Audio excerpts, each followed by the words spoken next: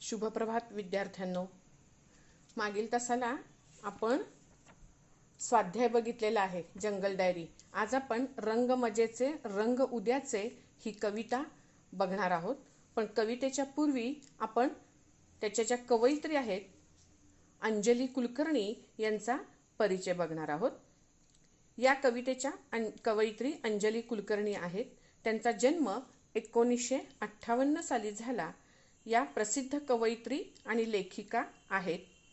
अंजली कुलकर्णी या मराठी साहित्यात MA व LLB झालेल्या आहेत. मी एक स्त्री जातीय अस्वस्थ आत्मा, संबंध, बदलत गेलेली सही, रात्र, दुःख आणि कविता हे त्यांचे कविता संग्रह प्रसिद्ध आहेत. हृदयस्पर्शी, संभ्रमाच्या पाण्यात गटांगळ्या हे त्यांचे ललित लेख संग्रह प्रसिद्ध आहेत. स्त्री स्वत्वाचा शोध, स्त्री प्रश्न एक आवर्तक हे वैचारिक लेखसंग्रह प्रसिद्ध आहेत.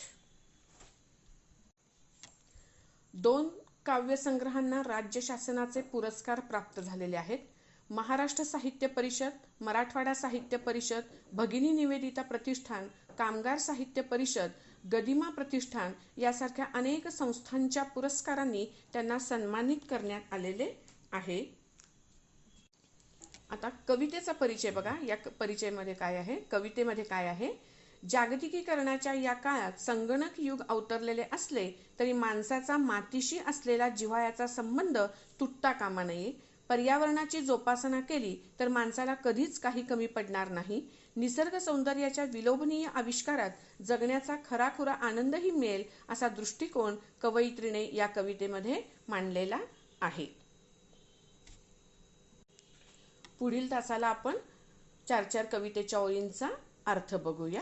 ओके, धन्यवाद.